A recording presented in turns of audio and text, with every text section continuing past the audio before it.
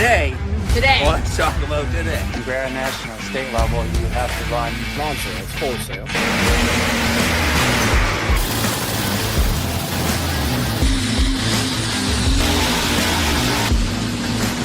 It is like 9,000.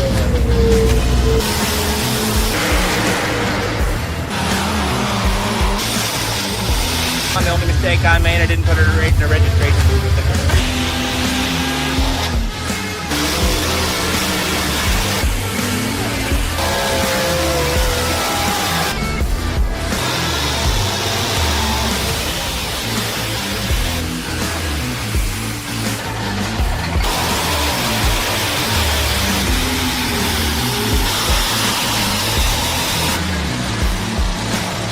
Just this ever-evolving story.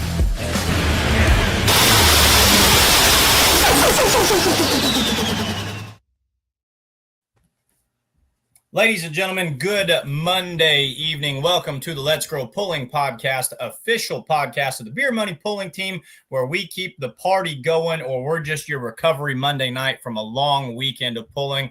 Back co-host again with us this evening, Logan Stevens. Logan, how you doing? I look forward to talking some mini rods tonight a little bit. How are things going out in Kansas? It's going really well. Just fighting through some rainstorms, and I wish I could have made it to such an awesome weekend. Y'all looks like y'all had out at the Pullers Championship. It was, so I was able to start working on an article today, and the highlight of this article was the expected and the unexpected. A lot of things we expected to see happen. A lot of interviews with the Simons family. You're never surprised when you got Brandon and RJ in there in multiple classes, but we saw some runs that we didn't expect. We saw some track conditions we didn't expect. We got hailed on. We saw blue skies. Let's quickly, because we've got a loaded show, folks. Here's what we've got on tap. Todd and Tarry Feiss, the feisty farmer, getting it done out there. And, of course, the Snow Farmer team. They're going to talk to us about their first time ever in that 7,400-pound mod class and walking away as the weekend winners. Esdon and Ellie Bartling are going to come on after that. Hometown winner Friday night on his own track. Might have even met his hero. We've got a cool story. And then it's pulling through the past to close down the show. Ed Sass with the vintage tractor he calls the Herd Boar is going to join us. Let's take about 2 or 3 minutes. You're a mini rod guy. Let's talk about that mini rod class. You texted me on Friday, said, Mike, who you got? And I just shot from the hip immediately. And I said, I'm feeling Logan Peissig and I'm feeling Tyler Slaw. That just what came into my mind. I had 2 people standing next to me in the winner's circle on Saturday night. Peissigs were standing there as your overall weekend winner, and Tyler Slaw was war hooping and having a great time as your Saturday night winner. Did you see any surprises, or did the mini rod class to you, those are your guys. Did they kind of fall where you expected them to fall? I was very surprised with Peissigs coming out kind of as an underdog, state-level guys, which they've still got national-level equipment, but laying down 2 runs that put them 10 foot in front of all the other competitors were huge. And then Tyler doing double duty, filling in for Bruce due to his injury, laying down another monster run on Saturday night. Any one of those guys could win it. And then you got a good showing with Leichner's and their new vehicle. So there was a whole bunch of different things that was going on in such a short amount of time. And that's really what a mini rod is. Absolutely. Good. Did everybody's heart well to see Bruce at the track? That yes. Was, I think, just collective. He was there backing Tyler in. Tyler, he's a fun personality, but he's a workhorse too. So he's going to make sure that Dad's tractor gets down the track as well. Saw some new iron in that. And the Peissigs, we had them on the podcast about a month before the Pullers Championship. And I'm going to kind of paraphrase for them, but they pretty much said, with these 2 mini rods, we're here to kick butt and chew bubblegum, and we're all out of bubblegum, boys. And so they kind of backed it up. I'm with you. No one was shocked, but they were like, okay, they're here. They're here. Let's go. So It's going to be a fun year in your class. Let's stick with the noise. Let's stick with those V8 Hemis. Weekend winner. We're going to go ahead and bring them on the show. Todd and Tarry Feiss. Tarry Feiss doing the driving duties. Got a Saturday night win, got an overall weekend win, the Pullers Championship. Let's go ahead and bring them on and see how things are going for them. Todd, Tarry, how are we doing this evening? Thank you so much for joining us. And Man, that was a fun weekend. Are you guys still just as jazzed up as I am after all that? Pretty much. It was a good weekend, and I hardly got any sleep the next night or Saturday night. I was running that through my head dozens and dozens of times. So let's talk about the obvious challenge, or the elephant in the room. You guys typically, well, pretty much as long as I've seen the tractors as they exist right now, have always been in that light modified, or light unlimited, as NTPA called it at one time, in that division. You come over to run with, whatever you want to call it, the light modified for the Puller Championship, or ITPA mod, or Outlaw mod.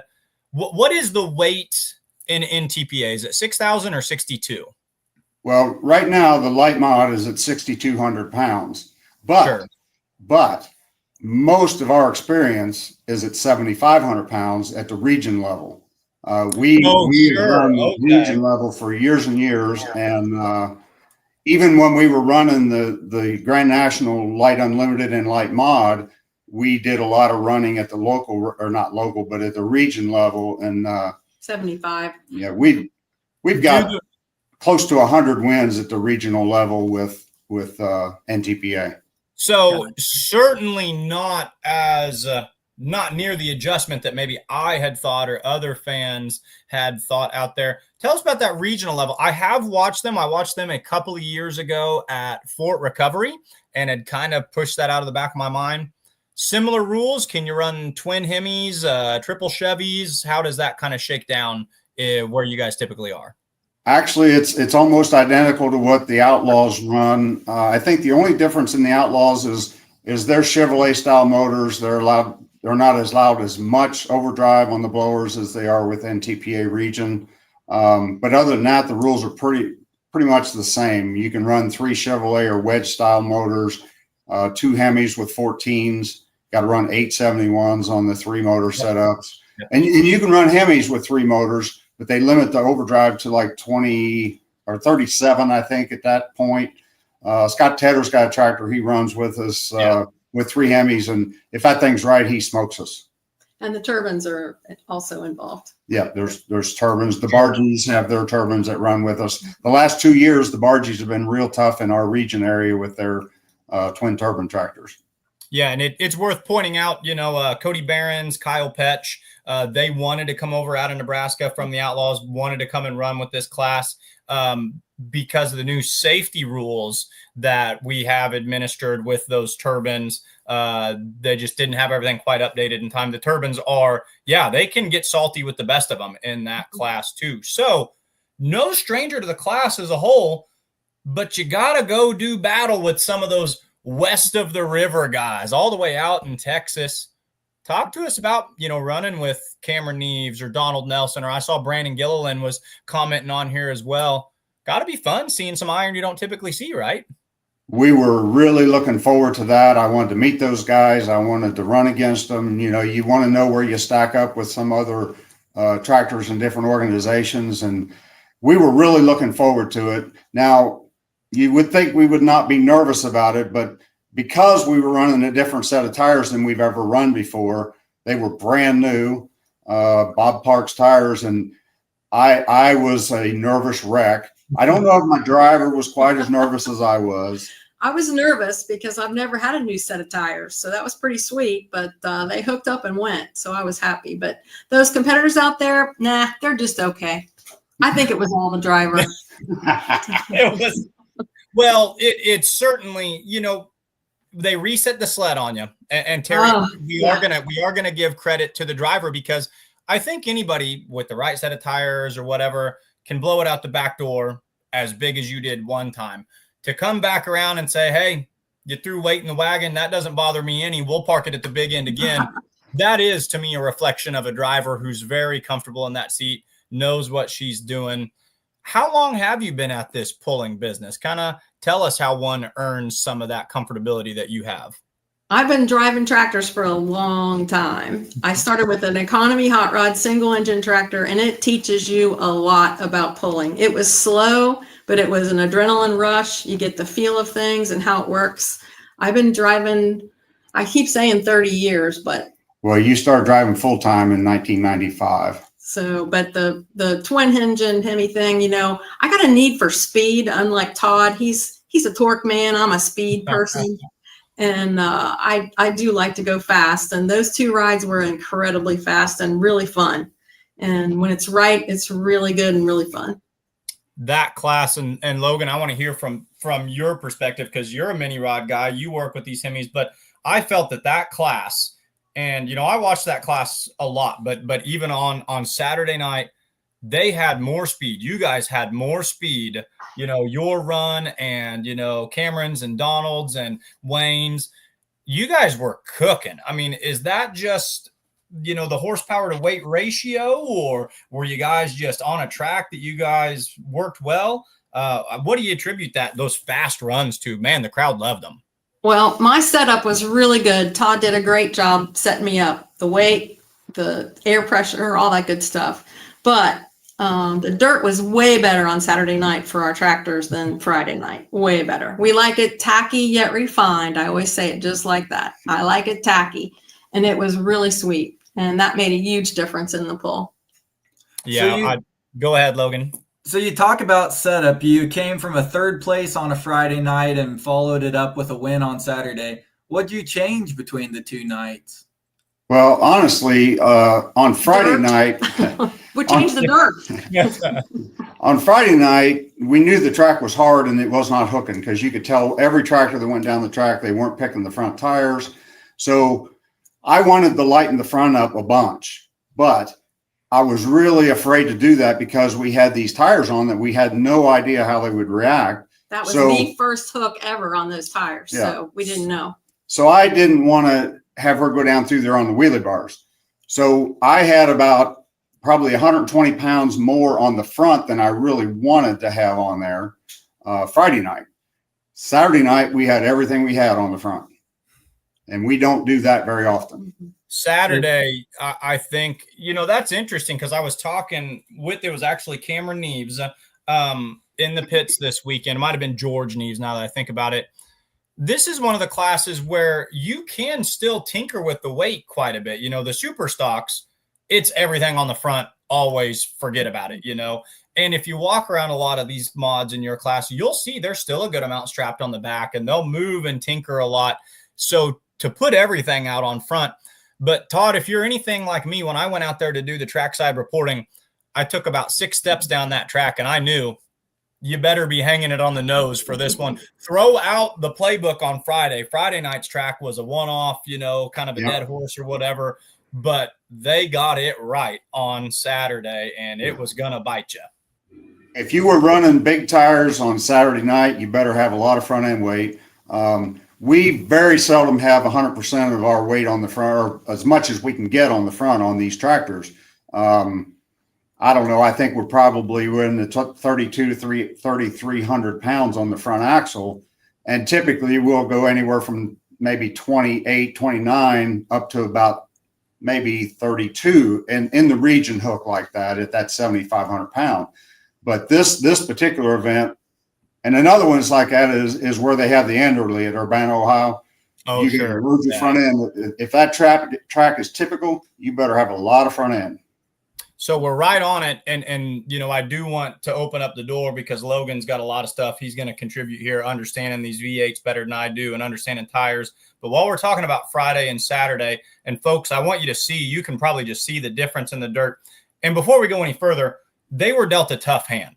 When it's hailing and it is raining and the track is covered, you have to keep the track covered, but then you immediately pull it off.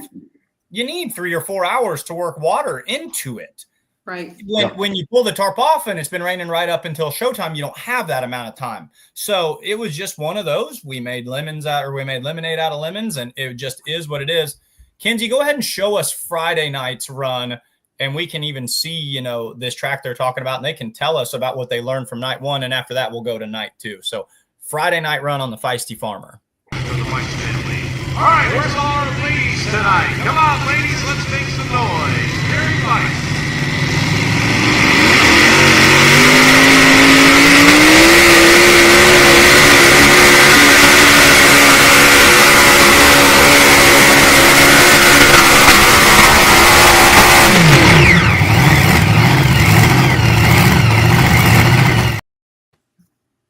walk us through that. What's your reaction when you take a look at that run right there? Well, as far as setup goes, I had a little too much tire pressure because, again, we weren't used to the tires. We didn't know where to go. It was a totally crapshoot on that one. You see the thing shooting ducks, which tells you it's not taking any power whatsoever. Not picking the front at all. You don't get any weight transfer. Part of that is me just being leery. If I'd have had my Firestone tires on, I'd have had a lot less weight on the front. But we learned a lesson there. We learned a couple things, and we made changes in the tire pressure for Saturday. Plus, of course, the track was like you said. And I agree with you 100%. They were bad hand. They did the best they could. Yep, and that's pulling. We've all seen that. It's easy. I think it would be way too easy to sit back and say, "Oh, well, they didn't build, or they didn't this or that." That happen when you have to cover a track. You'll ironically in a rain delay, you'll almost see a dry track because if they've had it covered, there's no doubt in my mind they could have made that a perfect track. We'd have dropped our first green at 10 o'clock at night. So you just have to make a choice, and I stand by the choice they made, and everybody pulled on the same track, so That's right. it just is what it is. As an old Kentuckian told me one time, we're all playing in the same sandbox. Right. So let's take a look. Kenzie, do you have, I'm going to put Kenzie on the stage really quick, or I'm just going to ask her. Kenzie, if you have the first run Saturday night, show us that, and then show us the second run. Just show it to us back to back. I think we've got all three of your runs on here. Show us both runs, Kenzie, and we'll analyze these. Folks, take a look at how much better these runs get. All right, here we go. A place armor. Tarry Feiss.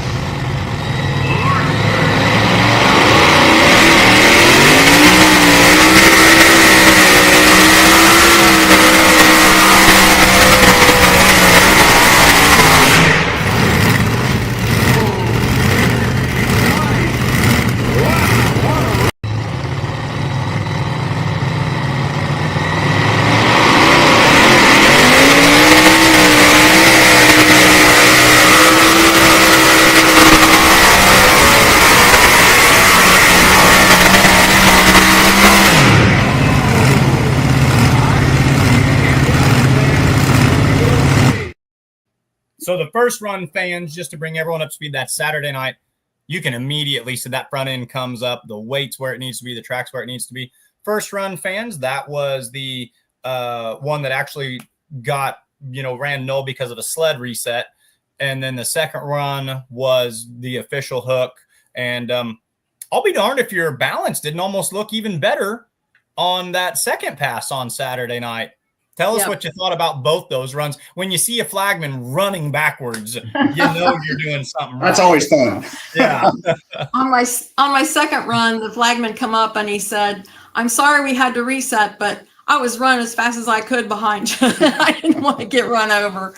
But that was cool. But the first run, I used my brakes. I was worried about the left line, and I was braking a little bit. And, it wasn't as smooth as I would have liked it, but it was definitely fast. So that was cool. And I was shooting a lot of ducks and stuff, that cleaned up much better. So, Todd, your take? Well, and the other thing that most people probably don't know about is when we went off the track, I told Caleb, who helps us and drives our toolcat for us, I said, just go back to the trailer. I said, we're going to have to fuel this thing up because I'm guarantee you they're going to change the sled. Sure enough, we get to the hauler and Christy comes running up and says, we got to change that. I said, I understand. I don't like it, but I understand. Yep. But then when we came around to start the second time, my starter bracket on the front of her left engine was broke. And we put starters on both instead of kickstarting one. Okay. And we've been doing that for several years because we feel like it's hard on the clutches to start that way all the time. So I go to put the starter on and it's broke. And I was able to get it on. We get the motors both started and I couldn't get the starter off the tractor. Oh, my goodness. I was yanking and jerking and pulling and I could not get it off. Jonathan Mears come over. He's trying to help me. Caleb, our helper's trying to get it off with me. And I'm sitting there with the hot motor to start with, and it's getting warmer and warmer. Yeah, so I was about to go into panic mode, and we finally got it off and got out on the track. But it was like, and then it didn't even occur to me then, but then later on in the evening, I'm thinking, dummy, all I had to do was get the bar out and start the thing, shut it off, get the starter off, and then restart. But yeah, it was a little dramatic, and I was really nervous at that point, but she just laid down another picture perfect run. Well, let's talk about the nerves at the beginning to the pure excitement at the end of your run. What was that like halfway through your run when you felt that, okay, we're on another trip down the pass, and then just hanging it way out there? How can you explain that? I say this all the time to people. I drive that 5,000 horsepower tractor, and I'm kind of cool about it. I'm cool as a cucumber. But when I go tubing at our ski area, I scream all the way down the hill. So I can ski, but tubing scares me, I guess, or makes me scream. I was a little, I get dry mouth. I'm, nervous about it, but I felt comfortable. I knew Todd had me set up good. I felt comfortable. As long as it runs, I'm good. And so I really felt okay with it after being down the track once already. And I felt like we had the weight right. I felt like it was going to just go, and it did. So as long as I didn't blow it up because it was hot, that was my main concern. I want to do kind of a recap on that Saturday night too. I saw Brandon Gilliland's been in here contributing a lot. And I'm trying to remember, was he your test hook on Saturday night? So he got his pass down. They looked at, you guys were the number 2 spot. Is that right? Yes. They looked at one more, decided to reset after that.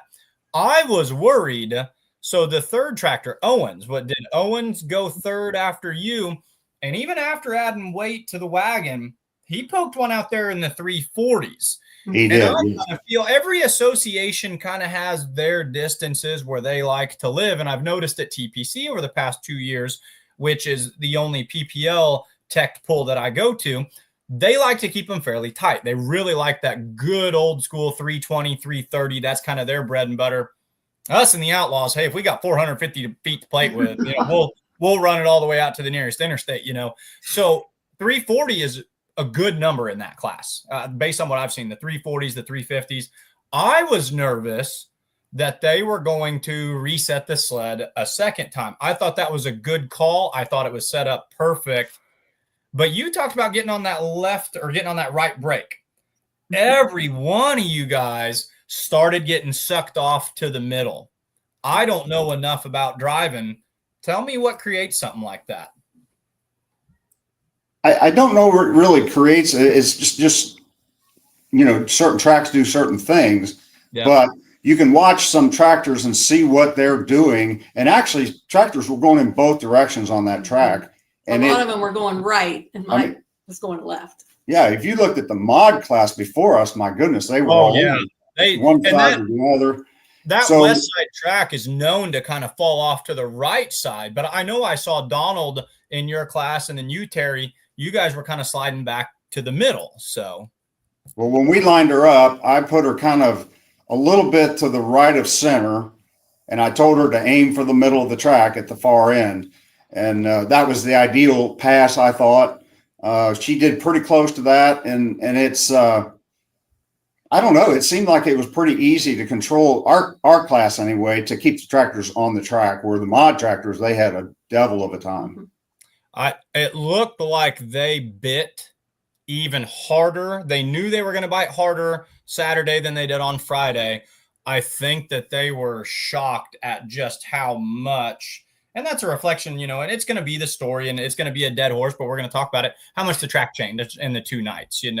I don't know that I've ever heard of a modified lowering their hitch. You hear the light supers doing that, but I heard Dan talking about how the Simons actually made the call right there at the starting line after they got out of the throttle to lower that hitch, because it was just, and it still did, when it went down, it bit like a sow out there.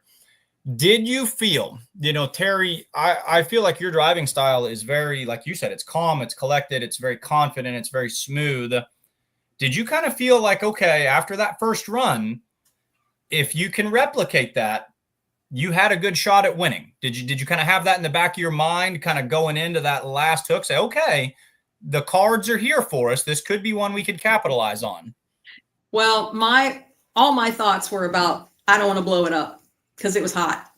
And so my style is a little bit different than most people because I don't like to hammer it and be unsettled.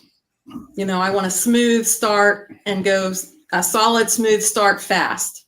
And sometimes the starting line had a lot of holes in it and ruts in it from the mini rods, and from the other classes were just eating up that very right in front of the sled when you hooked up. And sometimes that'll take you left or right. I mean, depends on, you know, how you get after it. And I didn't want to lay it over and hammer it because I didn't know what was going to happen there. And so I'm a little bit smoother, sometimes to a fault. Sometimes I need to come out faster, but it worked. It worked Saturday night both times, and I felt real good about it. But I don't anticipate anything. I just hope for the best, you know, but I do what you got to do. Yep.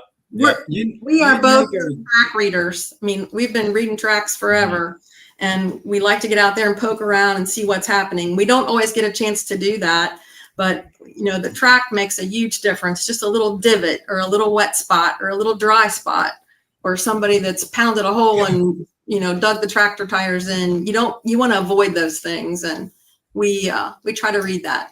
Sure. Make a heck of a mini rod driver with that driving mindset right there. No way. You heard my snow tubing story, right? Well, and my thoughts on whether we could duplicate it was when she ran the first time, not only did she back out of it, but the sled operator had his rear brakes locked up. Yeah. So she had a lot more distance left. But like you said, when Tommy Owens went out there as far as he did, it was like, oh, are we going to be able to catch that? Because that is an awesome tractor, and he does a great job. And you think, wow, can I even touch that? Well, I guess we found the answer, and we were so ecstatic. I can't tell you. Yeah. I hold my breath because I've started looking at things from a production or an announcer's mindset, and there's nothing that fans want to, you know, anytime the fans hear sled reset, you know, there's always the, and I thought, man, we're 342 or whatever he's at after just having a tough call. I thought, boy, please leave it, because this is going to make for a dogfight. And they did. And that class can run. That can be an absolute speed class. Donald found something with his new mod on Saturday night. You know, that's only the third or fourth time he's had it out. Cameron was on a heck of a pass until I think he lost a throttle cable or something like that. Owens has laid down a good one. Gilliland, he's always going to be there competing. You know, there's just a lot of great competition. It had to be a lot of fun to rise to the top of that. Randy Ryder's coming in with a comment. We'll circle back to this. We've talked about it, but let's hit it again. He says, what tires did you guys have on? Well, that was kind of the story of the weekend, wasn't it? It was, yeah. Everybody was tuned into that story right there. And like I said, we fretted about what to do with tires. I borrowed some Mitas tires for both tractors last year off of the Criswell Benedict team. And we used those for the last one or two events that we went to. And I was just racking my brain what I was going to do about tires. And Larry Darbro, that used to work for Bruce, he trims my tires. And he called me one day and said, what about Parks? So I talked to Bob and stuff, and we decided to go with Parks tires. And it was either going to be Hero or Zero. Because he was creating a new tire for our class. It wasn't like they're already out there. So, you know, we were experimental. Yeah. They were the very first set that they put out on the track. And he was tickled to death. We were. Now, there's a lot of people saying, oh, now everybody's going to have to buy Parks. Well, it's going to take some time to know whether or not that is actually going to be the dominant tire, or if it's just going to be, you know. It's interesting. In this class, when Mitas came out for all of pulling, everyone ran out and said, we got to have Mitas. But then what I've learned from your guys' class is a lot of people put the Mitas on and then kind of took them off and said, well, actually, that's a little bit more tire than maybe we want. Well, then some of the turbine guys in your class said, no, we really like them. And then whole shots came out. So, you know, there is a lot of ebb and flow, and that's fun stuff for, you know, folks to talk about. I'm just tickled that you guys took a gamble. You had the Hero or Zero, and it panned out for you, because that's a good feeling for everyone involved. Guys, we only got about 5 more minutes. Todd, you sent me a bunch of great photos today, and I do want to bring these on because I think they're great to talk about. Let's chat about some really cool stuff that you sent me. You talked about going down the slopes. I'd never seen a picture of one of these before. Tell the folks what your day-to-day job is. And then I think I was calling this by the right name. What do you guys do for a living? And what the heck is this wild piece of machinery right here? Well, actually, what I do day to day is work on pulling tractors, but I'm retired from this business. What's the snow farmer? What's the snow and snow farmer? We built a ski area in Southeast Indiana with Terry's family, and we have a downhill snow skiing area, and we have those machines right there. We've got about six of those machines. They're snowcats, piston bully snowcats. They groom the snow. We move snow with them. And that's what I did for 30 years. And basically it's like farming in the snow. We go out there every day and groom the slopes. And my son came up with that name, and he said, it is not a farmer, like a farm tractor. It's a snow farmer. Snow farmer. SNO farmer. But I always said it as, it's no farmer. Like exactly. this is no farming vehicle. This is a competing vehicle. Exactly. Yes. We learned a lot on that too, to farm in the snow and running the slopes and stuff. Yeah. Right. Works on a lot of levels. I want to bring up another photo. This is important to me. Terry, there's been a lot of men drive over the years, as with a lot of things. Motorsports or sports in general tend to be kind of male dominant. But you, other people like Rodlin Knox come to mind, or Connie Mullenix, Abby Leichner on the younger end of things. There's a lot of ladies in the sport that prove that you guys can get it done just as well as anybody. Young female came up, wanted to chat with you. Is that kind of the message you told her? Say, hey, look, young lady, you can be right here in the driver's seat someday. Well, that's an interesting story. That little girl, her father builds little tractors, and she has a little tractor, like a garden tractor size tractor. I love her shirt. I would love to have a shirt like that fits me. I let her sit on the tractor. I try to reach out to kids and anybody really that wants to sit on my tractor, get a picture with it, whatever. She was tickled pink. She had her little book there is an autograph book, and she wanted my autograph, which was great. Her name is Tegan. If she's listening, I really appreciate her coming by. She climbed up there, had a big grin on her face. She was all excited. We went to North Carolina and pulled a couple of years ago. Pulled off the track, stopped the tractor. You talk about let's grow pulling. Yep. And I let a couple people sit on our tractors. We were there for 2 hours after the pull, letting people sit on our tractors. It was amazing. Those people had never done or seen anything like it. Grown men, some of them. I asked some grown men, would you want to sit on my tractor? Oh my gosh, they were all over it. And it was pretty cool. And I always make sure they get a picture of the motors, not just the seat, because that's where the power is. But I try to reach out and let people sit on our stuff a lot, because I know it gets them more involved, and they got a piece of the action. And I sat on that tractor, and I think that's really cool. So I'd never been on a running pulling vehicle until this week. 'Cause I'm a grown man. I'm not going to be the least bit bashful or ashamed to admit it.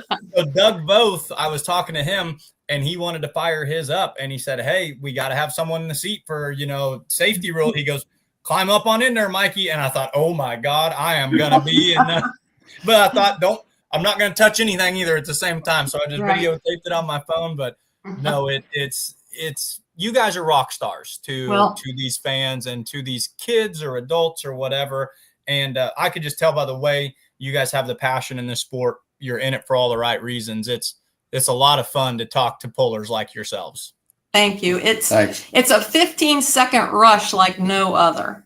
And when it's good, it's fantastic. When it's bad, we don't want to go there. So. Well, and the last point I'd like to make is I really enjoyed meeting the guys from the Outlaw guys, the guys from Texas. I've met one or two of them over the years, but I got to talk to all of them, and as most pullers are, they just seem like really great people. Rob Benton, no, you cannot drive it if you get to sit on it. You have your own ride. I just saw him on there.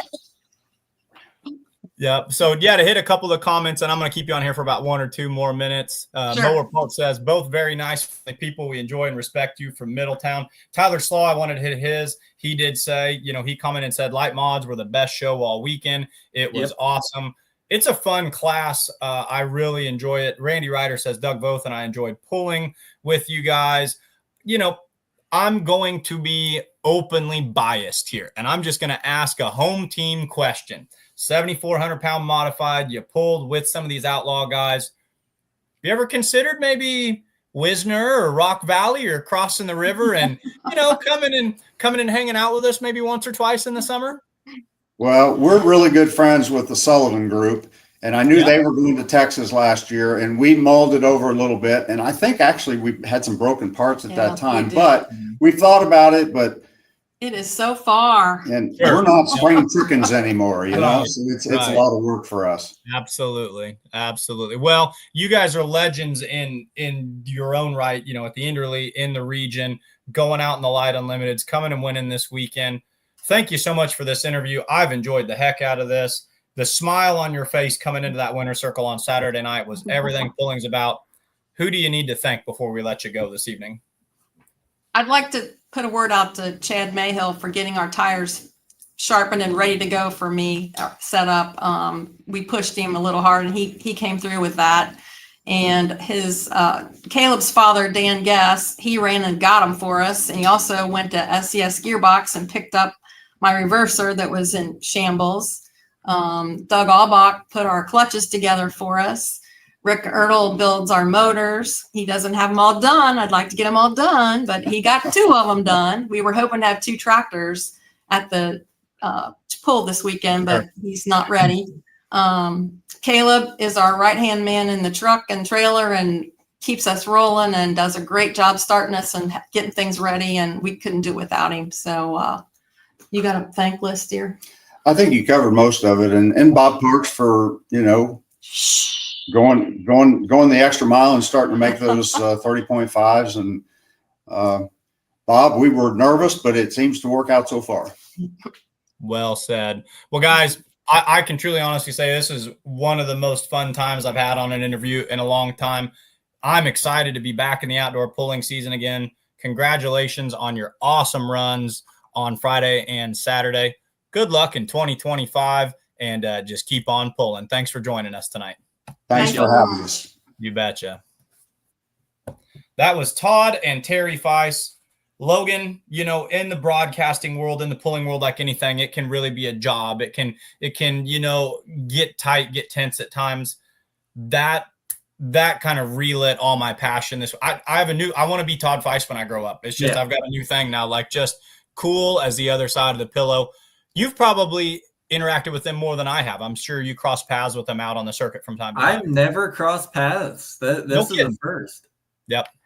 Big time pullers out there the region. And I think it's region 2. I'm not sure off the top of my head. I'd have to ask them. And I need to do a better job at keeping track of my notes on that regional level. Regional level, not any less than Grand National, just closer to where they prefer to pull. And that's something we always need to remember. 7,400-pound mods, folks, they're a fun class.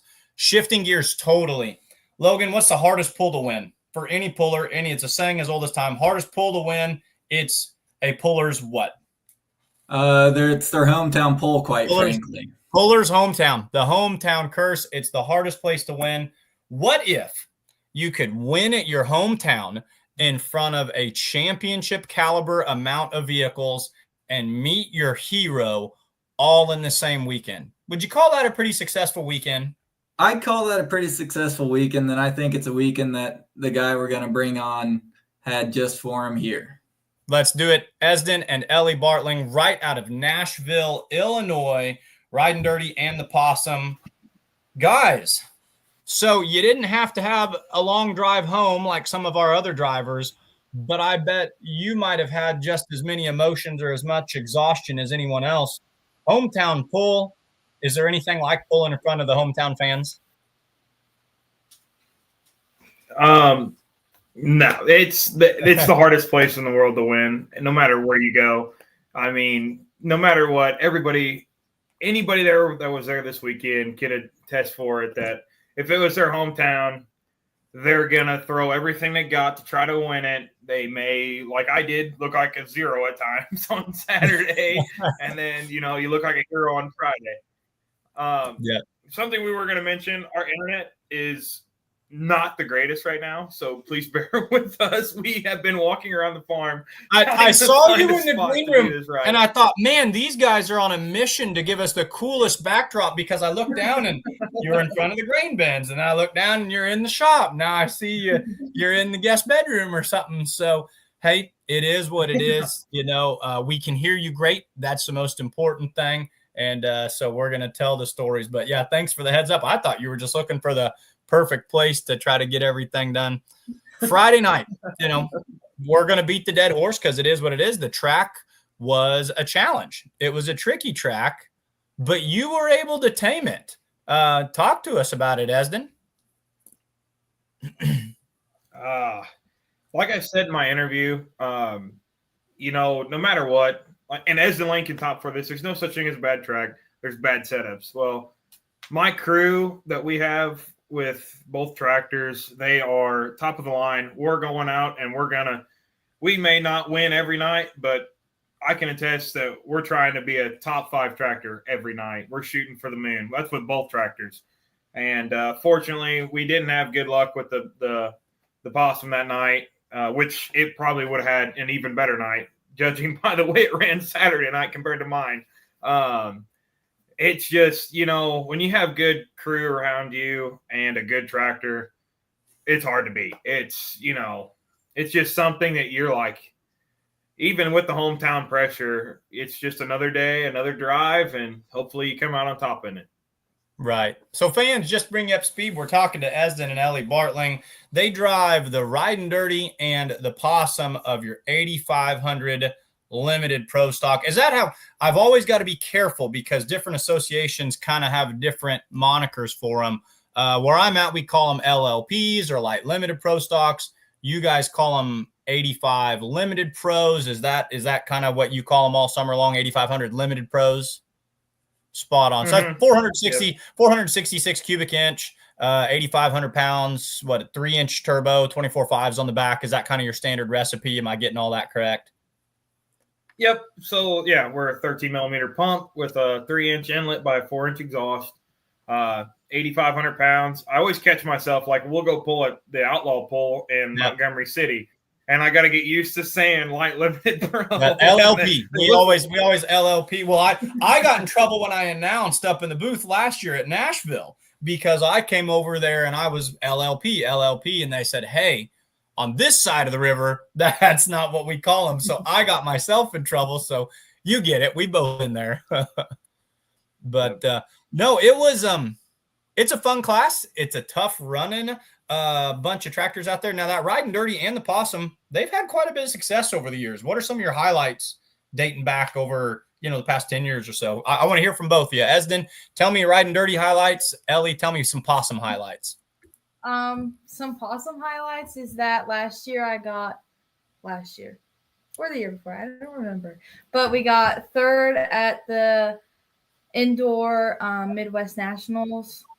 If that's right, I think that's right. Yeah. Yep. I got 3rd at Wholesalers for the first time pulling this year. Overall, we did pretty well over the season. I've had a couple first place with also, like, a lot of top 5 finishes, so I say it's a pretty good tractor. Yeah, it's a very good tractor, and I've got some pictures, and we're going to talk about your run and talk about the lineage. It is certainly a tractor that has always been a good tractor from day one. Riding Dirty, Esdon, what pops into your mind is just some of your favorite highlights in your career on it? Oh, I would say, all in all, from when Dad and I started talking with Kenny on it, it was probably 2021 when we picked that tractor up with Kenny for part ownership. And ever since then, I went to a pull. The best one I got was we went to Washington, Missouri, and it was that year COVID when it was weird, Yeah. You didn't know if you're pulling, but the state of Missouri loved tractor pulling, so they had it. Illinois, we only had 2. So we went to Washington, and the Possum got beat on 50 times on a dyno spring. And that's not an exaggeration. That was like, you can talk to Dad, Chad, all of them 50 times because we didn't know if we were going to go pulling. Well, we found something, and it was probably the most horsepower we had out of it. Well, we went to Washington, and Dad was going to pull the possum, obviously, because it's his baby. And he's like, well, you drive Dirty. Let's see it. And at that time, Dirty was probably 150 horse behind. You know, it was outdated. Oh, no kidding. Yeah. So we went down there. There were 26 of us in the class. I was like 10th hook. I was chirping the Charger, and I took the lead with that tractor, and nobody got even close to me. Dad was the last hook out of 26. He came up to me, and he goes, if you think I'm going to let you win, you're mistaken. And he blew my doors off. But even if getting second, I have never laughed so hard because that, you know, when you go 1 and 2 with your tractors out of a group like ours, that is so tough. You know, like you can watch this weekend. You know, what was the max distance on Saturday night? Friday night was kind of a, you know, the track deal. If you hit the right holes, you know, whatever. But Saturday night, you could see 10 foot separated us, you know. Yeah.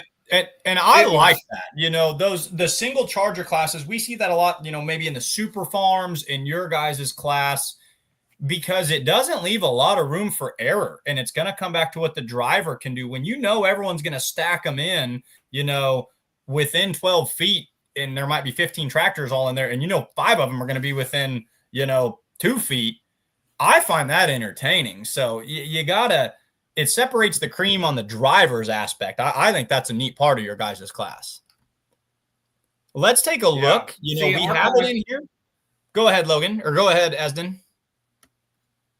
Our class is one of those deals where we don't build stupid power like the 4-1, for instance. You know, when they have problems, they can usually, the horsepower corrects a little bit out of it.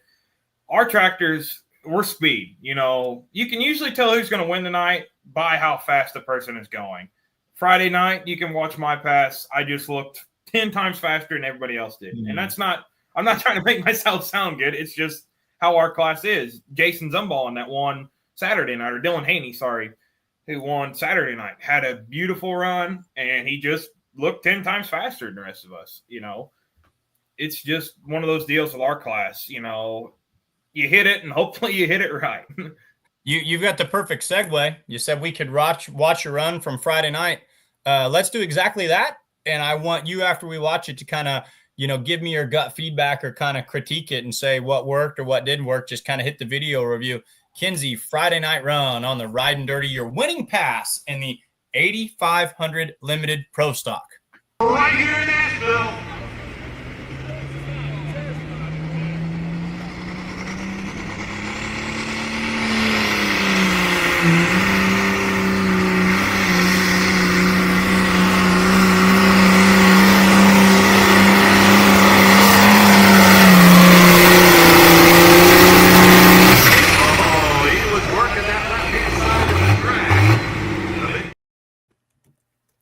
I feel like, looking back at it now, it wanted to try to get under the Charger, but you found about an extra 10 feet, kind of like the story you told us when you were chirping the turbo. Just give us a feedback. What goes through your mind when you see that pass? So basically with that pass, at the beginning, I was more like, everybody always asked me after the tractor runs, they're like, oh, what were you thinking? You know, did our internet die there for a second? Nope, you're good. You're still live. So on the line, people are always like, what are you always thinking when you're like, you know, running? And to be honest with you, my thought going through my head when I took off, I was like, don't make me look like, pardon my French, a dumbass. That's all I was like. I took off at about 4,400 RPMs, and to be honest with you, Dad and I were, and Chad, we were going off and throwing ideas for his takeoff, and everybody was trying to middle. I looked at him, I was like, well, the left side looks pretty good in my opinion. Let's try it. Nobody's going to try it. It's here or zero. You know, with this group, you got to try something to stand out. And about halfway down it, I had to hit the right brake because it was going to bring me to the line, the middle line there. once I hit that brake, you can see in the video I turned my wheel a little bit. I don't know why I do it. I just turn it a little bit to help correct so I don't have to tap the brake a whole lot. That's just me, how I drive. I don't turn it stupid, but, you can see I do turn it. But no, whenever it got straightened out, I was like, oh, now we got to go. And I looked down at the holes in the ground, and I knew I went by the leader because obviously furthest holes from the end. And you can see in the end of the video, so I got a little excited. My head was starting to nod and everything. Yep. Oh, yeah. Oh, they're buffering on us. So while they're doing that, Logan, give me your feedback on this. I've talked to you a lot about V8 tractors, and we've talked a lot about the mini rods and some others. These single turbo smokers, or these even kind of small cubic inch smokers. What's your gut feedback on those, Logan, and kind of what'd you think of watching that run right there? It's kind of a whole different driving style to them. The power is not there, and you got to keep in mind where your RPMs are with your turbochargers because you don't have a big old supercharger belt driving your main power source. So it's more of a driver's class than anything, and just making sure you have the right setup. It's like the four-wheel drive trucks of tractors is kind of what it reminds me of. You don't have anywhere to hide behind, so it's going to come out to you. Looks like you guys are back with us. I was just picking Logan's brain. He's our mini rod guy, kind of total opposite of where you guys hang out here at Heavy and Smoke. Let's take a look at Ellie's run. Ellie, you had, I thought, a very nice Saturday night pass. Let's check it out. Kinsey, go ahead and show that to us.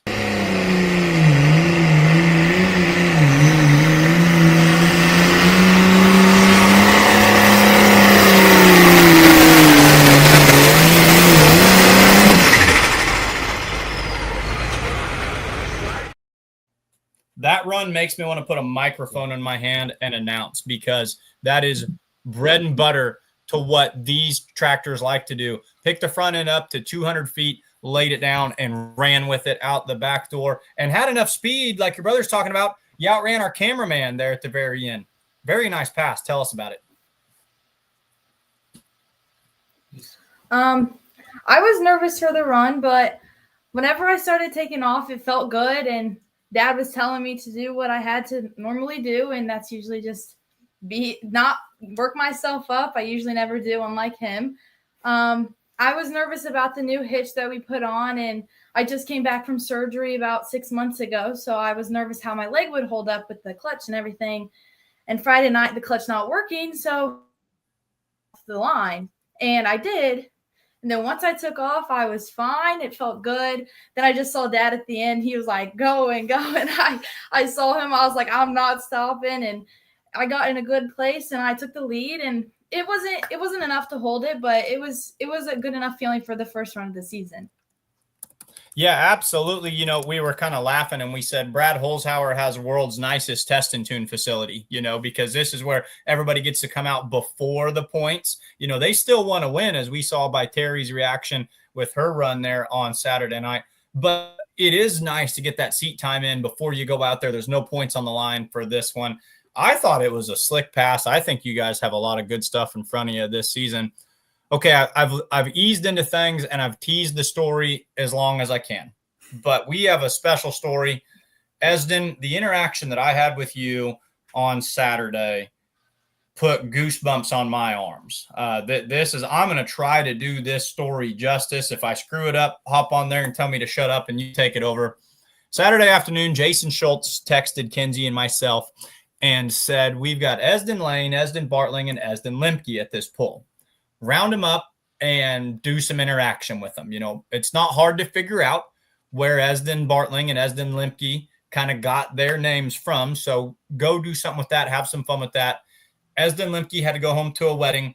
We came over and talked with you first, and you immediately said, oh, Esdon Lane, he's my hero. Like I will go and do an interview. You want to do it at 6:30? You want to do it at 9? You want to do it in 5 minutes? Like I'm game. And I knew part of the piece of the puzzle was in right there. But what you don't know is what Kinsey and I found out when we walked over to Esdon Lane's trailer. So we walked over to his trailer, brought him up to speed, said, hey, Esdon Bartling we've talked to him. He's named after you. He thinks very highly of you. He wants to meet you. You know, we know you're very busy. You're the king of smoke. It was my first time meeting him too. And I said, hey, you know, tell us what works for you. And he said, first of all, I'd love to meet him. And he goes, second of all, walks in his trailer and he comes back out holding the letter. He goes, if it's the same kid, he goes, this young man wrote me a letter 10 years ago, 12 years ago. He said, I kept it and I brought it with me on the off chance that we would cross paths this weekend. And I knew right then and there, well, this is broadcaster gold. You know, I said, can we surprise him with it? So I'll let you kind of take over. We called you, said, hey, can you come do an interview with Esdon Lane? Walk us through, you know, the interview, meeting Esdon, getting the letter back. Tell us what that was like. Tell us what that meant to you. It was, I still can't thank you guys enough for giving me the opportunity. It was everything I hoped for out of it. You know, to be honest with you, I'm glad he wasn't the guy that, you know, shy, doesn't talk much. He talks just as much as I do. It was awesome. I learned quickly he's a jokester. He's kind of a practical prankster kind of guy. You know, he was having a lot of fun with it. So, yeah. But no, I actually got to see the 14 before. I've never seen it like where I could remember, obviously. And we were walking around there, and they were just kind of giving minor things about it. And it's just, you know, something that my mind as a mechanic wise, I can't even fathom how he dreams up that stuff. Going through the interview, when you brought out the envelope, I was like, at first I was like, what in the world is this? And then I looked at it and I was like, I remember in third grade when I wrote this that, you know, they told us to give this paper. Was it third grade? It's somewhere in that time frame. It's dated at what? How old would you have been in January of 2013, whenever that was? I would have been 10. You were born in 3. So yeah, 10 or 10. 9 or 10. Yeah. Yeah. And we were going on. My handwriting still looks like that, by the way. Well, actually, I was sitting here thinking you got really good handwriting for a third grader, man. So, but anywho, so tell us about the assignment and walk us through what your teachers had you do. They wanted us to write basically to our hero or somebody we'd like to meet that we thought was famous. And I've always remember watching Power and Noise with Dad, watching Louisville, Bowling Green, you know, those places, trying to follow up on Esdon, whether he had the MX, the 14, or the 460. And I always, you know, Dad, he'd always remember me. I was always cheering. Like at Louisville, we were sitting in the kitchen with a bunch of people watching the results or whatever. And like if Esdon got in the top 3 to get to the finals, you know, I was running around cheering and everything like that. And I was like, you know, I'm going to write Esdon. And to be honest with you, I thought it was going to be like one of those deals when you send something, it was going to get put in fake mail. You know how grade schools are, you know. I thought it was, you know. You thought it was going. You thought it was going the same place all your Santa Claus letters went, you know. Yeah. And then you guys pulled that out, and I'm like, you know, that gave me a lot of goosebumps. I was like, that. Yeah, back then, even now, you know, the emotion of, you know, always wanting to be like him and everything back then has carried to now so much that, you know, it just makes you remind of who you were back then and who you wanted to be or who you shot for. And I would say I pretty much hit the hat on the head with it, that I was always aiming to be like him and be about as good as I can be of a tractor puller like him. And even though I didn't thing too, that he kept that letter. You know, think about that, you know, because he is the king of pulling. He's the king of smoke. You know, he's our ambassador. He's the biggest rock star we've got. And you would think someone like that, they're going to, you know, get letters or they're not going to think twice about it. He kept it for 12 years, brought it with him because he wanted to meet you, you know. Yeah, I assume you're named point blank, named right after him. Would that be a correct assumption? Yes. Right. So Yep. so that's pretty incredible. Kinsey, go ahead and throw some of those pictures up there that we've got with Esdon and Ellie. Or so here we are right here, right in front of the old Red Line Fever. And I think this captured his personality pretty good. Wasn't bashful to put his arm around you, was he? No, he's a very fun-loving person that, I always thought that he would, like I said before, I've met lots of guys that pull, the big level that they treat it as like it's a job and, they're the best in the business. He's got the biggest name in tractor pulling, in my opinion, and he is the most down-to-earth guy, enjoying life, at every moment. And he acts like one of us, one of the normal guys that, we wake up and we're all the same. Yep. Ellie, what was your opinion of this photo? I mean, obviously you knew what this man means to I'm sure your whole family. What was it like to experience this from your point of view? Yeah, it was cool. Obviously I wasn't around whenever Esdon first met Esdon when he was little, but just hearing all the stories and finally being able to meet him in person really lived up to his name. And he's like Esdon said, he's such a caring and loving, funny guy that, it's just like you're talking to a normal person and you really wouldn't think he's got such a big name to him. He, he's an ambassador for the sport. It was really fun to be a part of that. I knew that we had kind of accidentally stumbled into something special. Driver interviews, we do a lot of these in the pits, and we're always looking for that new angle. This is the first one I'd ever been a part of where a crowd started to gather around us. Did you notice that at one point we were standing on the back of his trailer and the pulling world could tell that something unique was happening right there. He signed the letter for you.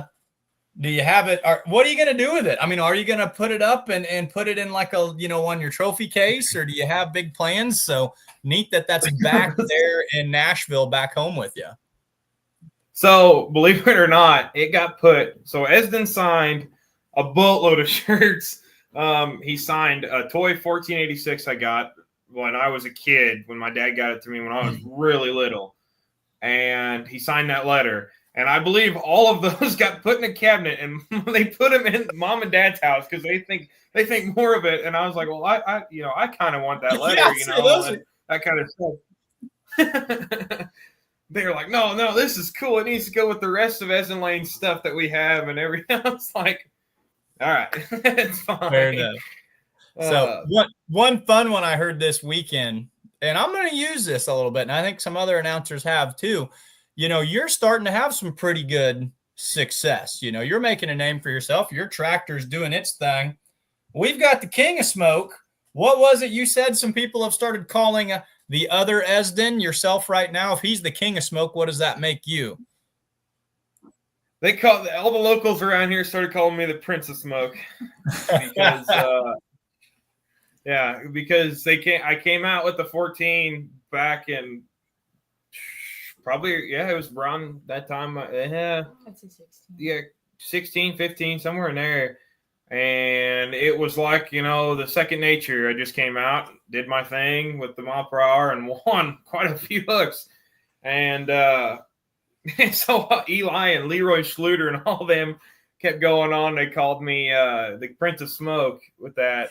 And ever since then, it carried on. And, it's our own little fun joke that we like to say. Obviously, I'm not near a big a name as Esdon Lane is. And, but yeah, it's our own little thing. And Esdon thought it was a funny thing. He's like, I love it. I mean, I think it's perfect, So let's talk here a little bit. You came from just a little kid in 3rd, 4th, 5th grade writing Esdon a letter. What do you got for those kids nowadays that are looking up to you?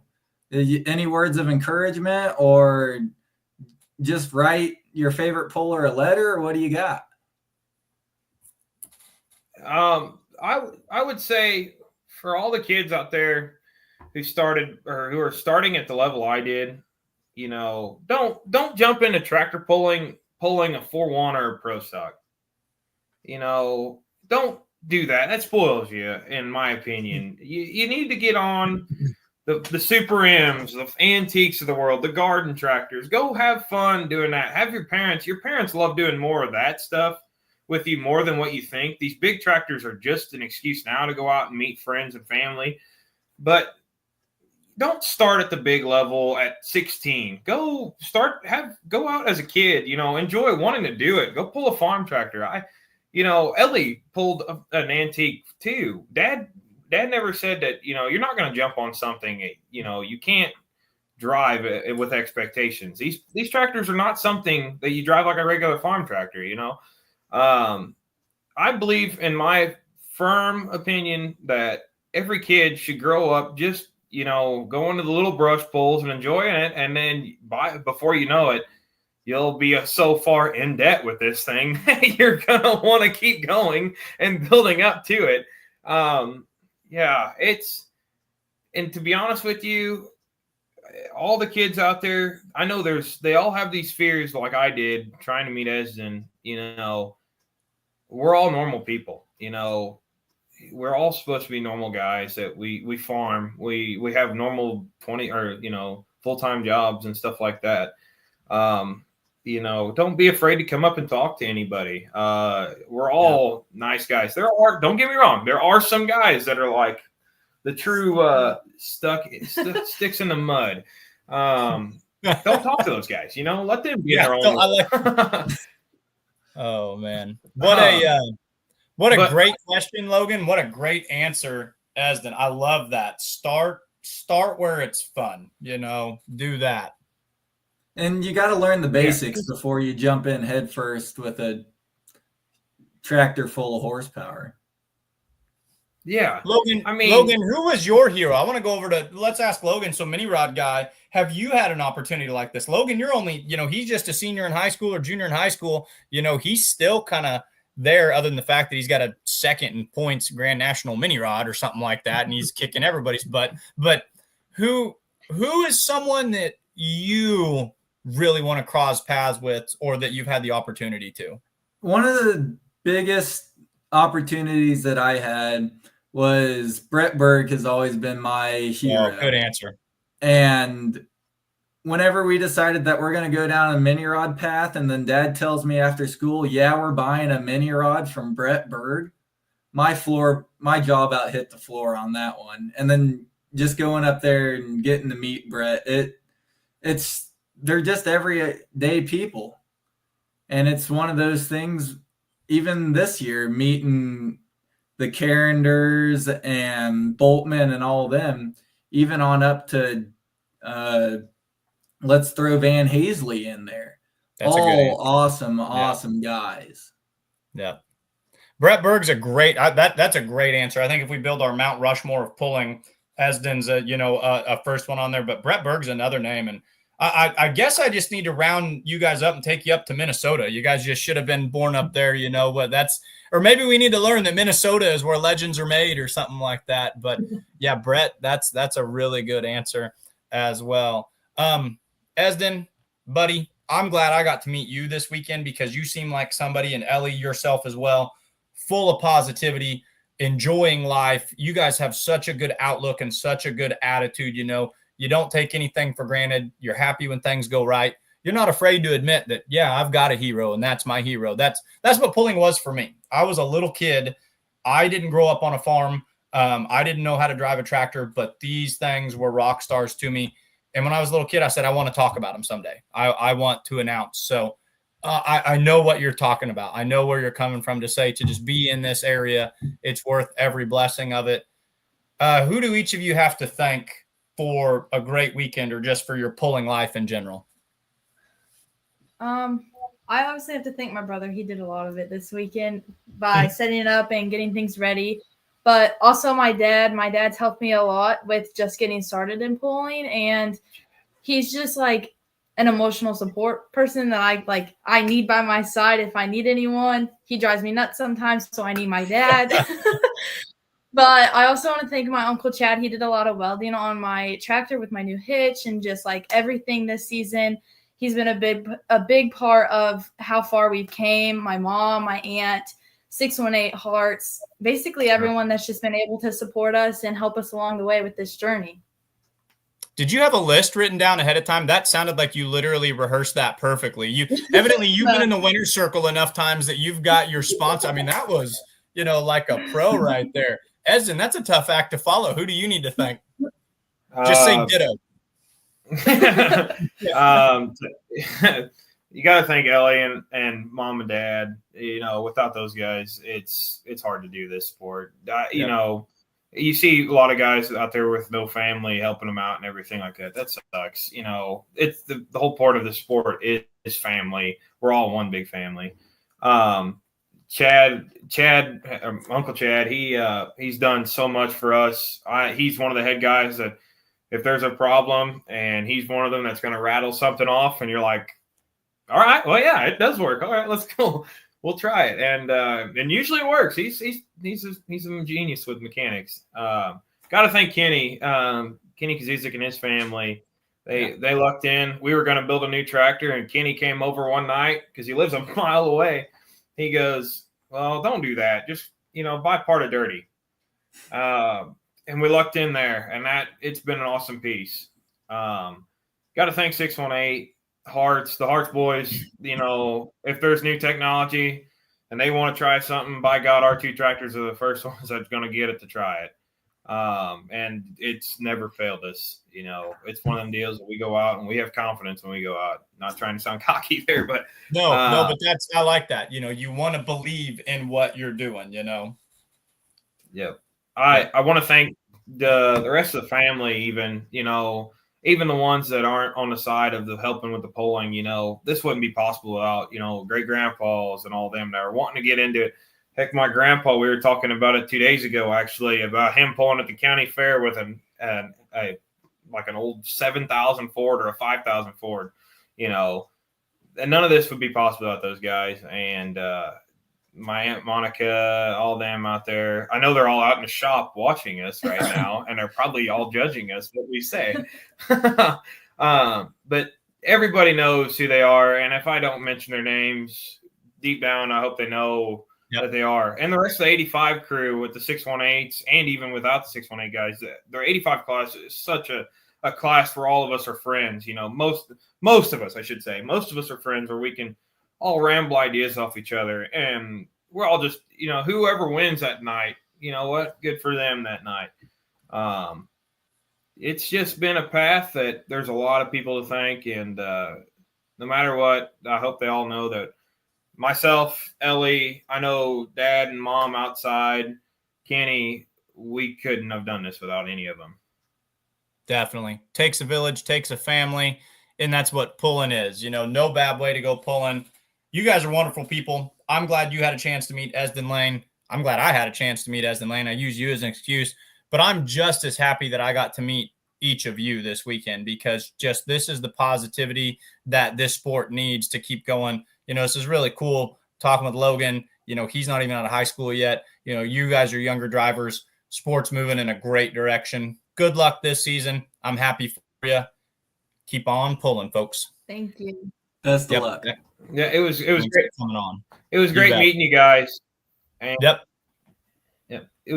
It was great meeting you guys. Hope we run into paths over the summer, and I hope I'm not trying to sound like I'm the one talking. Ellie told me she didn't want to talk much because she doesn't want to talk. But yeah, I hope we meet paths, because to be honest with you, it wouldn't be for you guys. I wouldn't have met Esdon by I would have walked over there nonchalantly, and he would have looked at me like another person, until I introduced myself. And what you guys do for the sport, there's great things you guys are doing, and it's starting to make tractor pulling and truck pulling look like a motorsport, like a publicly known motorsport. You know what I mean? We appreciate the support. That's what it's all about, man. Good luck. Thanks for the shout out. You guys are awesome. Thanks for joining us tonight. Thank you. Thank you, guys. Yeah. Have a great night. So we've seen Todd and Terry Feiss. We've seen Esdon and Ellie Bartling. A lot of fun stories, a lot of cool stuff in pulling. I know you've got big plans. You've got some stuff you need to get to. Are you needing to sign off, or are you good for a little bit longer? Whatever you need to do is cool. I've got to run. I know the boys down at 5 Mile Farms are watching me on here, waiting for me to get down there. So for them, I'm heading y'all's way, and this has been a great show tonight. We had 4 really, really good people on, and I think we put on a heck of a show. Now it's time for you to do your thing with your pulling through the past, and I'm going to say see ya. Hey, Logan, thanks for all you do. You're doing a great job. Good luck this summer, and whatever your homework or whatever it is, don't get in trouble. Go do your thing, man. Thanks for joining us tonight. Logan Stevens, your co-host of Let's Grow Pulling, signing off. Kenny, pulling through the past. Play our little intro video.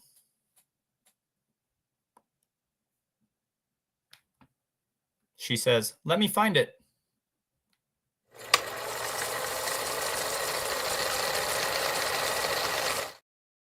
All right, pulling through the past. It's just as important to look backwards as it is to look forward in this awesome sport. Passion project of mine. These photos weren't mine. These photos were submitted to me. I've not met this gentleman yet. He's been waiting very patiently. Tonight we're featuring the herd boar, Mr. Ed Sass. Go ahead and bring him on camera and we will chat with him. Ed, thank you for joining us. How are you this evening? Jim Harmon submitted all of these pictures to me, and we've been kind of passing them out on the internet. This is Pulling Through the Past, where I go through my personal collection of vintage pulling photos, and I try to contact some of you guys and try to meet you and chat with you. How are you tonight? Pretty good.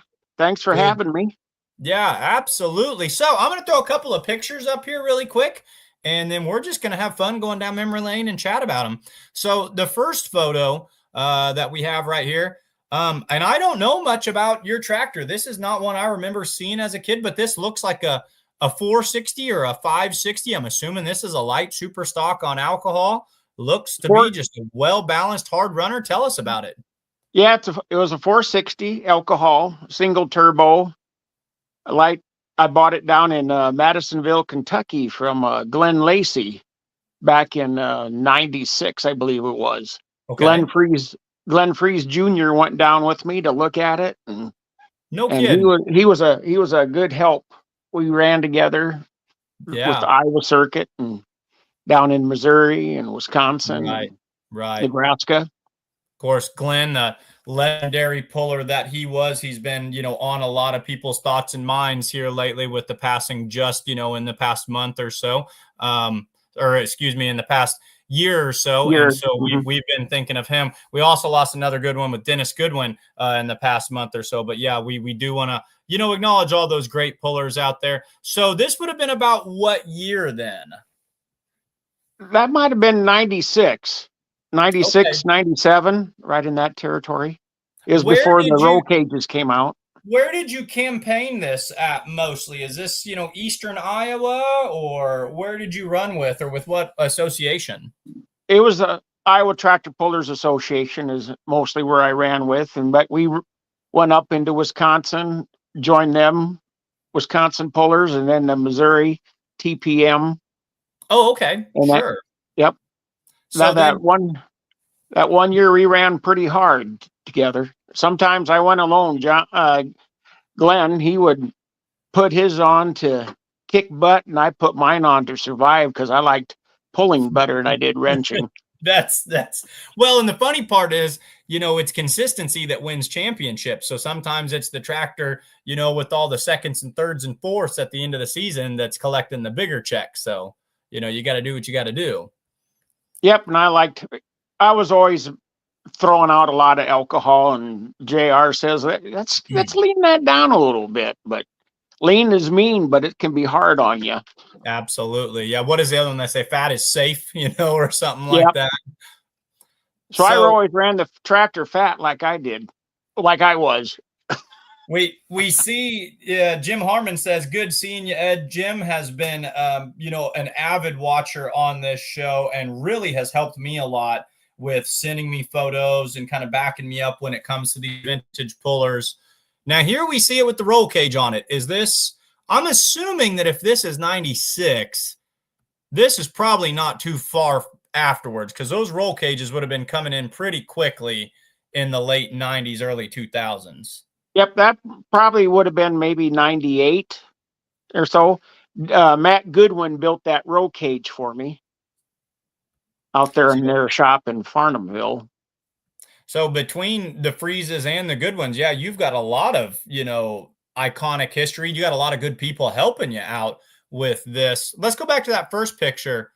Any idea where this might have been taken at? I think that was at New Hampton before they put the bleachers in, kind of the Okay. first time they ran up there. And It was then, either that or it could be Boone, Iowa. okay. And then we've got this one. And I feel, so this one's even got a date on it. This one says July 28th, year 2000. What comes to your top of your mind when you see this photo right here? I think that was in Humboldt, Iowa, right Okay. there where this picture was taken. I kind of liked Humboldt. I won that back-to-back years up there in the light super. Tell us about some of the success that you had over the years. Did you grab yourself a points championship anywhere? Or, what were some of your favorite passes or first place finishes that come to mind? I never made it to first place in Iowa. I was always second to Glenn. I think I was second. I was always in the top 5 in the first 6 years I pulled. Only 6 years I pulled with Iowa. And then that one year, it was 96. I was second in points in Iowa. I was 5th in points in Wisconsin, and I was 5th in points in Missouri.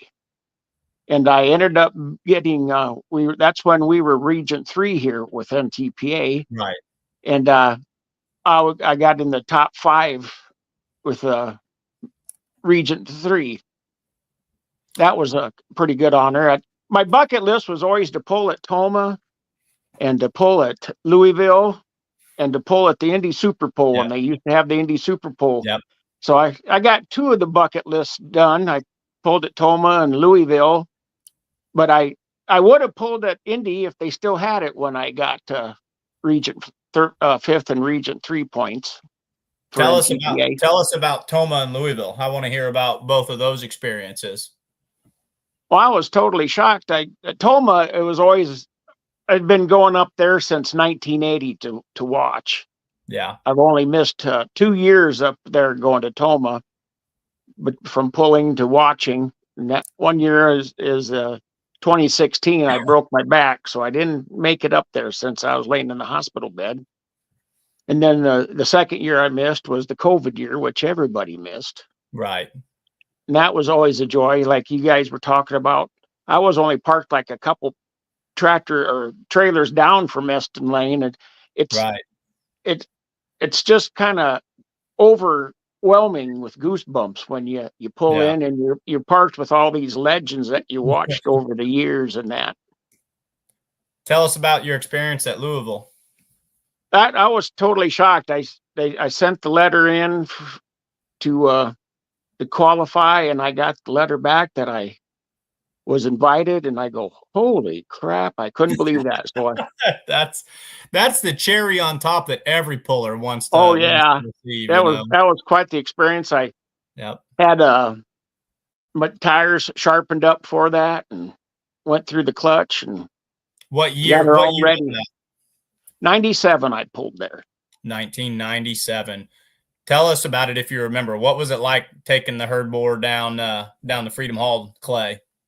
Oh, it was awesome. Just when they introduce you, you're standing in line and they're introducing you to the crowd and that. I'm used to sitting up there in the stands and waving and cheering on. And here this one group I always rode bus with years before, I had my little cheering section. That was kind of cool. And do you remember when you were at Louisville, you talk about introducing, can you remember who was standing on your left and on your right? I mean, were you sandwiched between, some, Blackburn or something like that down there, or Brian Korth or anything? Yeah. Terry Blackburn was in there with it. And a lot of, Jim Eckenrod, I think maybe was there. Kenny Sanders wasn't, but it was just an awesome experience. You don't tell them what you're going to do. They tell you what you do, and you follow them and say, yes, sir, or no, sir. Absolutely. Yeah. I want to hear about the name of this tractor. Like I said, this is not one that I experienced a lot growing up here in Northeast Missouri or in the Midwest. The herd boar, Macon Bacon Farm. Are you guys pork producers, or you got Yeah, hogs on the farm, or tell us about the name there? I don't have any hogs anymore, but we used to raise a lot of hogs, and that's where that came from. The herd boar is, the boar takes care of the herd, the sow herd, and that's what I wanted to do with the competition. I didn't always do that, but I like that. You wanted to take care of them, whip them into shape. So the herd boar, yeah. that's cool. What became of the old tractor? Is it still out in the shop? Did it move on? Where is it at these days? It moved on. I sold it. The original, Glenn Lacey bought it out of Missouri, so it was pulled out of Missouri at one time. I forget the name that he said he bought it from, but then I sold it to Almer Clark, and it went back down to Missouri. And he pulled it for a couple years. What did they call it? Did they keep the name? I don't know why he called it the Red Line Fever. I go, God, that's kind of already used up good by the King of Smoke. I think there's a stamp on that one, as we just had in our last segment there when we were talking. But you know what? He's got literal people named after him at this point. He might as well have a tractor that has other tractors named after him. So yeah, pretty famous when people are naming everything after you. I can kind of remember that tractor because I remember thinking the same thing as you, that, well, that's not the Red Line Fever that we think of. That's kind of the Missouri Red Line Fever or whatever. So that one does ring a bell just a little bit right there. When did you get out of pulling, or do you still, pull a little bit? And then Kenzie's found this for us here. And I'm almost going to surmise that this might be, Kenzie, you can shake your head in the back room. Is this a Dan Mayer photo? This looks like one from hit. Yep, she's giving me the yes. So here is your photo. Go ahead and put that one back up there, Kenz. That's a great shot. So that was Louisville. A picture that's when I pulled at Louisville. Yep. So that's there at Louisville in 1997. So probably from, Dan's collection, as she did confirm right there. That's a great action shot. That might be the best look of your tractor that we've had so far. So really, really good one right there. Do you still pull, or have you gotten out of it for good? I gotten out of it for good. I was got married, and then they were talking about eliminating the light super stock class. Sure. At one point. So I sold it while there was still a market in it, and I kind of regretted it because after that, the light supers went gangbusters. But I'd had to do a whole lot of updating to try to keep up with these guys now. The light supers jumped past. They almost had it backwards. They thought the lights were going to die and the heavies were going to turn into this mega class. Well, then the alcohol and diesel wars got even bigger than they were in the early 90s. And now the lights are kind of the ones you can count on them to have 15 at any hook. If you get 5 heavies at any time, you consider yourself fortunate. So they kind of gambled in the wrong direction on that class. If you jumped back into it, would you jump into the light super class? Yeah, I'd go back to the light. I always liked the light super stock class. It's got all the colors: blue, yellow, green. It has the wide spectrum compared to what the big supers. That's either pro stock and all that. That's hardcore John Deere territory, and the heavy supers was always international. John Klug and Danny Dean and all them guys, Jerry Hart, all the good old super stock guys. If you hit the Powerball big tomorrow and, time and everything wasn't even a problem, and you could just from the ground up build yourself a light super stock and just, would just take off and go pulling, what would you try to build, or what would you jump back in with? I'm always partial to the 66 series. I'd probably go like what Glenn Freeze, his last one, red ink, that looking style. That or the 88 series hood. I like those. I farmed with those at that time. Kind of like the Hoffman, like he's got on the Tennessee tracks down there. The Fuquas have on there the 3688 or the 5488. Those are getting more popular. They're kind of making a comeback in popularity here recently. They're good looking tractors. Yep, yes they are. Yeah, I'd probably, if I had won the Powerball, I'd go up to Terry and I go, I need an engine. Yeah, He's- exactly. He's a musician with those engines and that. He has all of Brian Course. He builds all those tractors, and Sure. him and his boy runs them once in a while, along with Brian Course. And I lost a really good friend just over a year ago. Lived in the same town right here with me, and was a longtime announcer at our regional pull, or our local pull. PC Long used to pull a 460 light super, very similar to yours. He was good friends with Terry Blackburn. He would run up to Blackburn's shop, and it was, I would just sit there, couldn't wait for him to call me, because I would get all the latest news on, well, here's what Terry's building, or here's what he's got going on up there. And it almost would set the trend. When I would hear what was going on in Blackburn's shop, I said, okay, well, that's what's going to be going on in pulling this summer. And, usually you could almost track what was going on based on what you saw up there. Last question for you, because we're running right into the dead end of time. We had a massive show tonight. What do you miss most about pulling? just the camaraderie, even though you're a competitor, if something happens, they're there. They'll take a part off their tractor to help you get down the track. It isn't that way in all the motorsports, like drag racing or NASCAR and all that. They're more battling.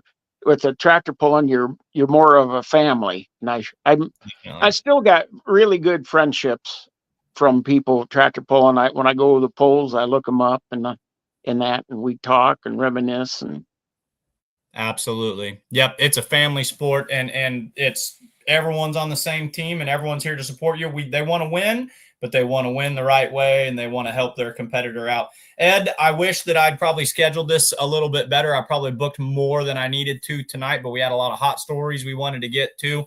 I wish I could keep asking you questions for the next hour or so. Thank you for coming on, pulling through the past. I love looking at these old pulling tractors. I love hearing straight from the mouths of the old drivers.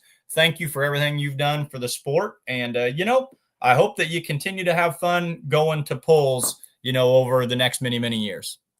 I plan on going until they put me in the ground. That's how it ought to be, right? Yep. Ed Sass, driver of the Herd Bore Light Superstock, Toma and Louisville competitor, Region 3 NTPA. Thank you for joining us tonight. Have a great evening. You too. Thanks for having me. I appreciate it. You betcha, Ed. Yep. Thank you, sir. All right, folks. Mega show. That's as much fun as I've had in a long time. Todd and Tarry Feiss. Wow, did they have a lot of cool stuff to say. What a bunch of great energy. Esdon and Ellie Bartling getting it done in their hometown of Nashville, Illinois, and meeting Esdon Lane, their childhood hero. And Ed Sass, just a down-to-earth, keeping us grounded, very, very intelligent individual who, right here from the Midwest, going down to Louisville, going up to Toma. That's fun when you hear about these local regional guys doing that. Pulling on the Herd Bore. Thank you so much for watching us. We will be back next Monday night. I'll be gone each of the next 2 Mondays. You get to go old school with Jason Schultz returning to host each of the next 2 podcasts. And then I'll be back to kick off the Outlaw season moving forward again. Thanks for watching. Let's grow pulling.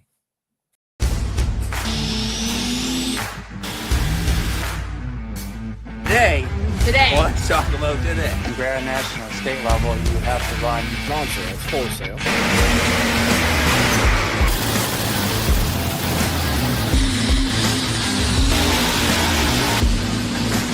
Is like 9,000.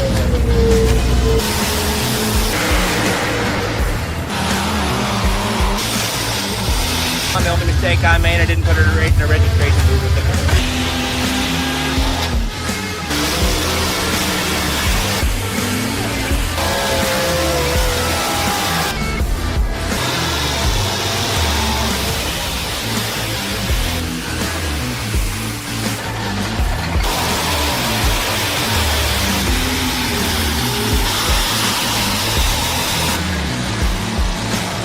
Just this ever-evolving story.